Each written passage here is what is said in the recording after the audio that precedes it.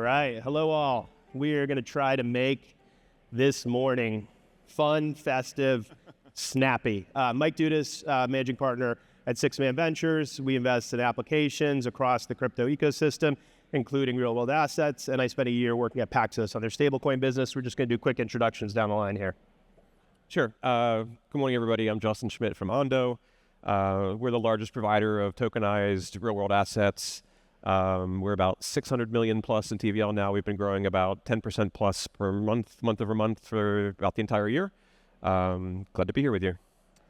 I'm Robert Leshner. I'm the CEO of Superstate. We build tokenized products, not just for investors, but for other tokenized products.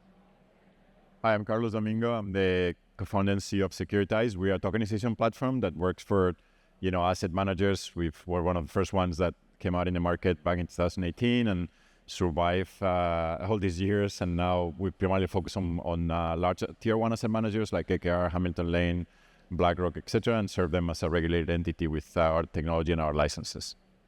And I'm Colin Cunningham. I'm the head of tokenization at Chainlink, largest decentralized Oracle provider, and also providing interoperability to the tokenized real-world asset industry. Awesome. All right, Jets, everybody make sure to talk up. Some of the mics are a little low. So the question for this panel is, it's titled, Are RWAs Still Hot? What I'd love from each of you, and we'll just go down the line again, maybe give me one stat that basically defines why RWAs are so hot right now. I guess I can go first. I already sort of gave you our stat, but yeah, I think a lot of the charts continue to go up and to the right. So I think in the crypto ecosystem, a lot of people are always looking for adoption.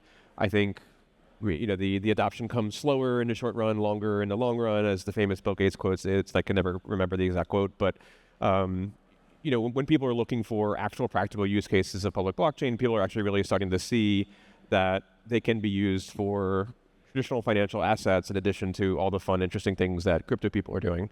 So from our perspective, we're seeing adoption both within the United States, within our OUSG product, as well as offshore. Most of us just came back from Asia, I think, from that travel there. So I think another theme there really is like the global pickup of a lot of what's happening here, which is actually very interesting because you're seeing for the first time sort of global access to standard financial products, whereas most of the time you have geographically split products, which is eventually hopefully going to lead to the real holy grail of what we're all trying to get to, which is liquidity. What do you see, Robert? Well, it really depends on whether or not you consider stablecoins RWAs. It's a dollar that comes from not on a blockchain, it comes on a blockchain. If you think of them as RWAs, then we're as hot as we've ever been, and RWAs are huge. If you don't consider stablecoins RWAs, we're not yet hot. I think we're in chapter 1 of one-to-one dollar assets coming on chain. We're at like the very beginning of the very beginning of the very beginning when you look at the total available market and what's going to occur over the next couple decades. We're not hot yet. And so, I think it's a matter of perspective. Carlos? He basically took what I was going to say. As somebody has done RWAs before they were called RWAs, because this is something that has existed in the industry, at least as a term, and a lot of like small pilot projects since 2016, 17.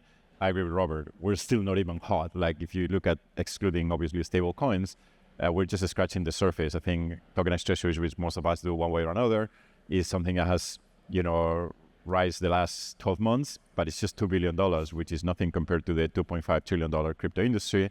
And the other categories are like way smaller. If you exclude some, projects that are arguably maybe not like what people in crypto refer to RWAs. So I think that we're at the very, very beginning of scratching the surface of what this market can become. And that's what makes it a very exciting place to be. Awesome. Colin?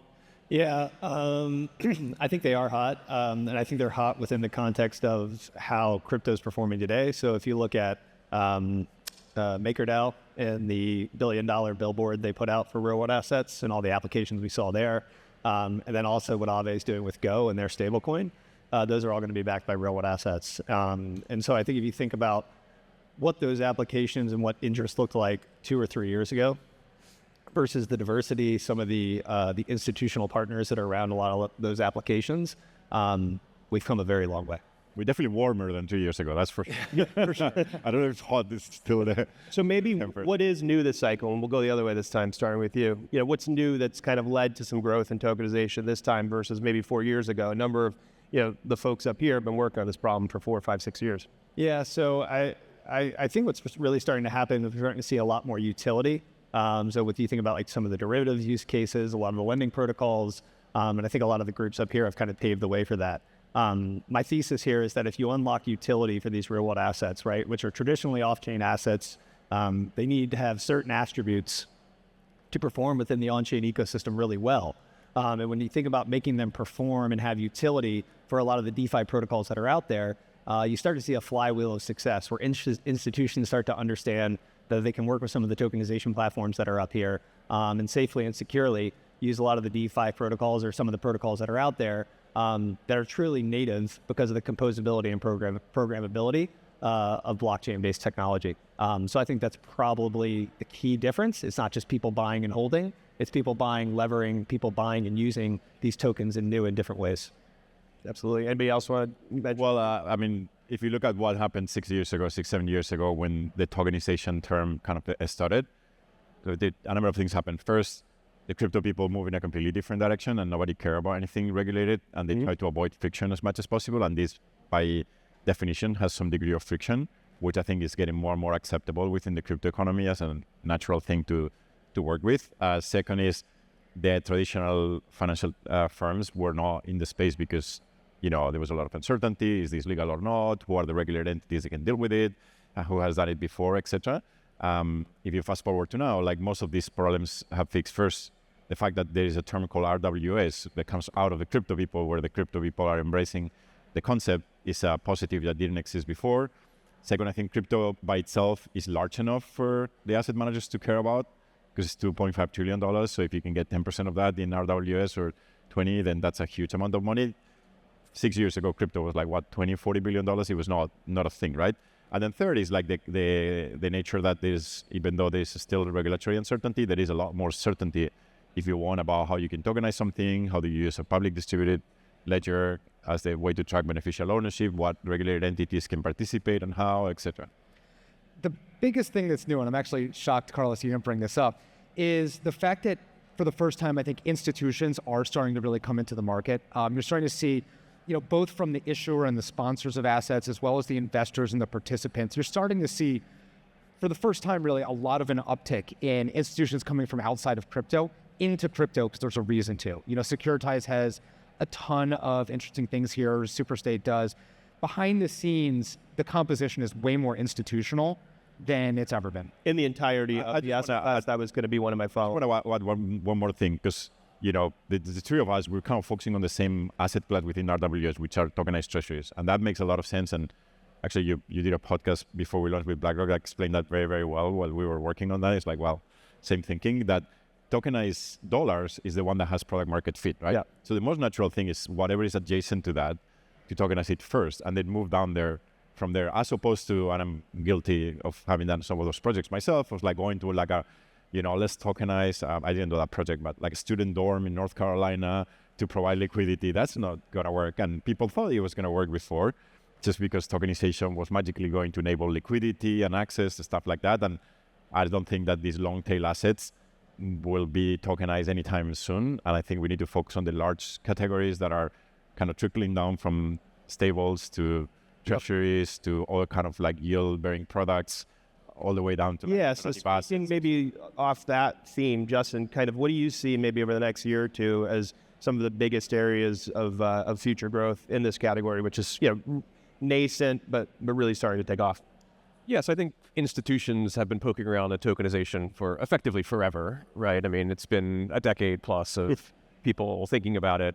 I think one of the major themes of what's happening right now is these, incredibly well-known, obviously, the BlackRocks of the world, they're investing in public chains, right? Like, I think for a long time, tokenization was really, the attention was diverted between, I wouldn't even call them chains. They're DLTs. They're not really blockchains, in my opinion.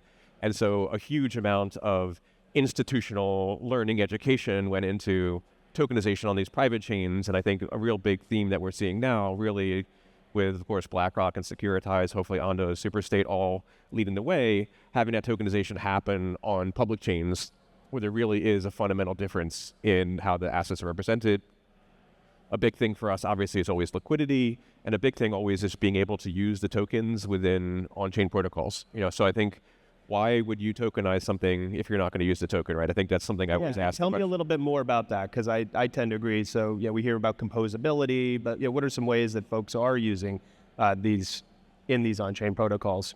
Yeah, so I think if you include stablecoins and RWAs, and I think you probably should, I think some of the existing stablecoins have some structural challenges that I think some more institutional perspectives have to worry about. But undoubtedly, I think the main two uses are as collateral. So what do people use T-bills for in the real world, right? I mean, there's really only a couple main use cases, one of which is cash management or treasury management, where you're the treasurer of a McDonald's or a Microsoft or something, and you've got a bunch of dollars on your balance sheet. You don't actually stick those dollars in a bank because banks can and do go under. You actually buy treasury bills from the U.S. Treasury because that's significantly less risky.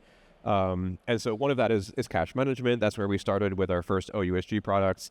And then more recently, we've been diving into making sure that these tokens are what we in crypto would call permissionless, or what lawyers would call a bearer asset, but can actually be pledged as collateral within DeFi protocols.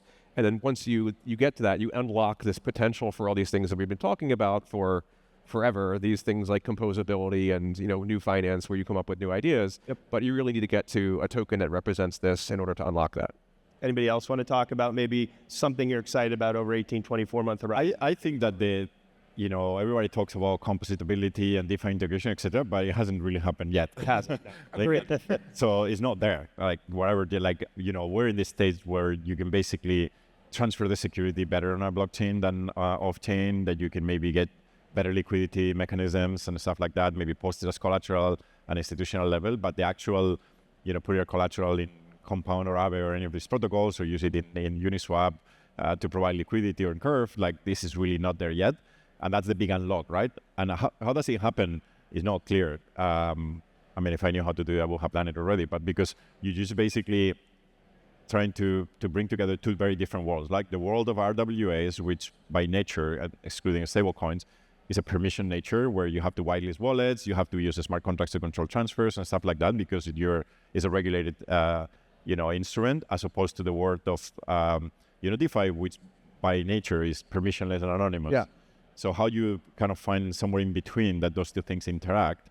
And to be clear, it's difficult. I run a registered investment advisor in the U.S., and there's all sorts of, there's not very good guidance on how we're supposed to custody assets and whether we can actually deploy those assets on chain as a U.S.-based fund. How do you guys think about that and sort of bringing those folks like me to be able to transact on chain? Well, I think there's just way too much uncertainty here. I think, there's a bunch of things in the U.S. that are going to help. I think we're inevitably going to start to see legislation starting to create a lot more clarity in the U.S. around how do securities interact with DeFi protocols, and how does all of this work, and what are the expectations around it. And it's going to be a major inflection point. And until that point, to your point, there's a lot of confusion. There's a lot of hands off. We haven't seen that much traction, but I will say this, every one of us on stage is going to be driving forward that composability on chain between 100%. Tokenized products and new use cases. Because if you don't have those use cases, there's no point to tokenize something in the first place. And so public chains are where tokenization is going to shine. And that's because there's going to be a network effect that grows and grows and grows over time as all of us figure out how to do this correctly. Look, if you think about generally in innovation, there's kind of two ways you can improve something, right? By providing efficiency or by creating new use cases that drive new revenue, right? Efficiency is a boring thing that usually nobody gets excited about it. So using a blockchain as a ledger to track securities is better than what people do today, but it's not a very exciting thing, and sometimes doesn't even justify, the whole friction of tokens, wallets, private keys, and all that stuff. Now, if we can figure out how tokenized securities are better than non-tokenized securities because they move at a faster speed, because it's easy to borrow against them, it's easy to get liquidity, etc., then that suddenly becomes a huge unlock for starting tokenizing more things than we have today. And we have that for treasuries to some extent, but it's hard to do it for other asset classes, and that's, in my opinion, the big unlock. And look, we will come at the expense of having to modify those different protocols so still do what they do well, but in a more controlled environment where, wallets have to be KYC, there's some degree of whitelisting, transfer controls for liquidated collateral and things like that. That doesn't exist today. Let's maybe a couple of, just to piggyback on some of that, I think one of the things I'm really interested to see over the next 1 to 2 years is as interest rates decline, right? And tokenized money market funds aren't as interesting as they once were. I think they become more interesting. We'll get to that. That's interesting. I'd love to hear that. But what I'm thinking about is, like, as we start to diversify into other asset classes, right? What's it going to look like for when you don't have the United States or the Treasury of the United States sitting behind the asset? What do we start to look at as like counterparty risk? And platforms like these that are up here, what do we start to see come to market? So I think that's actually going to be really interesting. I think piggybacking on Robert's other idea around utility, one of the things that I've always wanted to see since I've been in the space is just how I feel like we're regurgitating or recycling a lot of the money that's already been in the system. We're just kind of reallocating it to RWAs versus maybe we didn't have as much in RWAs, 2 to 3 years ago. I think this utility use case is fundamental to getting net new capital on chain. And I think if we don't do that, we're just going to always be playing, just moving money around the board, so to speak. I want to debunk the myth that because interest rates come down, people don't use treasuries. That's actually not true. That doesn't happen in traditional finance. Treasuries, of course, they're bigger when interest rates are higher, but there still are trillions and trillions of dollars of treasuries being used in TradFi, even when we had like zero interest rates, which is a scenario where there's no way we're going back to. What we're going to go back is to 3%. At 3% interest rates levels, this is the balance between more net capital coming into treasuries versus declining in size. So if we stay around that, then treasuries will still be a huge use case, which will be better than holding dollars at zero rate, which is the current situation with the stable coins, that people hold the stable coins without earning anything, or maybe some shady ways of passing the yield behind the scenes to pretend you're not a security. So this will always be a safer, more clear arrangement. So I think that treasuries, even when we go down to 3%, they'll still be a huge and grow category, which in crypto, it has to grow naturally, right? Because in TradFi, you have $2 of treasuries per every dollar of actual dollars. And here you have 160 billion tokenized dollars and 2 billion of tokenized treasuries, which makes no sense. All right. Can I throw a different one in here, maybe a little off what we've been talking about? But before this there was a panel with a bunch of different blockchains, and we have folks who are focused on being a great home to RWAs. Does anybody here have strong opinions on where the best place is to issue assets, RWAs? But blockchain, you mean? Yeah, like as a legal issuer? Yeah. Well, I'll just start with us. At Superstate, we use U.S.-based trusts because the U.S. has a really great rule of law and a lot of operating history. So we use Delaware trusts to issue our assets, but I know that that's not how everybody approaches this. Got it. Yeah, sorry, I confused everybody. So, okay, let's do jurisdiction first. U.S. Right. U.S. Maybe you, and then we'll go blockchains. Jurisdiction-wise, the U.S. has, issues with tax withholding depending on how you structure a deal, and because most of crypto companies are non-U.S., that creates a problem. We don't issue in the U.S., but we work with U.S. asset managers. We have a U.S. broker-dealer. That's where it's clearly a security. The U.S., it makes sense. Oh, no, it's still a security. It doesn't matter where you issue. This myth that I know lawyers outside the U.S., you can just, break the law. It's actually, yes, you're breaking the law. It's just you happen to have regulators that are not, forceful enough, like the SEC, that will chase you no matter where you are, right? But you're still breaking the law somewhere else. Now, is it U.S. just because of the regulatory framework, or is it also the size of the market? Tax implications. Right? Tax implications. Oh, yeah, 100%. Excellent. And then from a blockchain perspective, do we have any strong opinions on which blockchains to issue on? Look, I used to be working in telecommunications in the mobile space before iOS and iPhone existed, and then you have like 20 operating systems. So that's where we are today in the blockchain space, right? You have 20 blockchains that, all of them have, certain features and different ecosystems, liquidity pools and stuff like that, that you cannot, in my opinion, afford to just live in one of them, even if it's the largest one, and not serve the rest of the ecosystem. At some point in the future, maybe we get the iPhone, Android moment where things consolidate around a couple of ecosystems. So far, we're not there yet. So you have to be flexible enough to try to be multi-chain. Yeah, we're multi-chain. I'm a big believer in a multi-chain, universe. We've got north of 400 million on Ethereum, north of 100 million on Solana now. A handful plus of other chains, both layer ones, layer twos. I actually think that all of this stuff is like some of the coolest, newest things that are being built, the bridges. How do you do that in a way that is suitable for, a risk-free asset? All of that, I think, is a very interesting technical challenge that a lot of very smart people are working on. A lot of progress has been made there in the past 12 months. And, I do think that, a little bit back about your custody question, I do think custody is still a very big challenge because, I always say safer, faster, cheaper when it comes to financial assets and infrastructure, and safer obviously is first, and custody is paramount for that. But yeah, I think most people in crypto, they have like the soundbite about TCP and how we're reinventing TCP for money and texting and stuff like that. And that's like totally not at all the networking problem that needs to be solved. Is much more similar to the networking problem of like, how do you get off the plane in Singapore and you automatically can send text messages back and forth? Like, what's the underlying technical and economic infrastructure that supports that? And the answer is there's actually a lot of stuff going on that enables like that cross-network economic transfer to happen. And so that's what we're really finally building, especially for something that is institutional enough for RWAs. Yep. Where you're basically, you don't want to underwrite, as an asset buyer, significant smart contract risk, bridging risk, et cetera, if you're earning 4 to 5%. So I like it. I would say on the blockchain side, just one thought, I think we should all continue to want to see the proliferation of blockchains, because that's actually how net new capital comes into the space, right? Like, as these projects expand, there's token issuance or, these token events.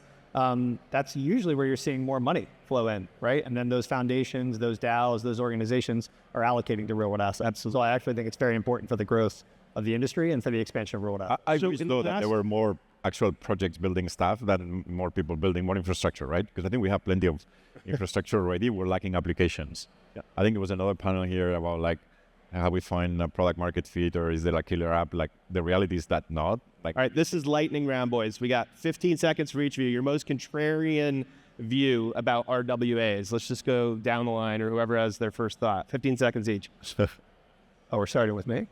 Okay. I'm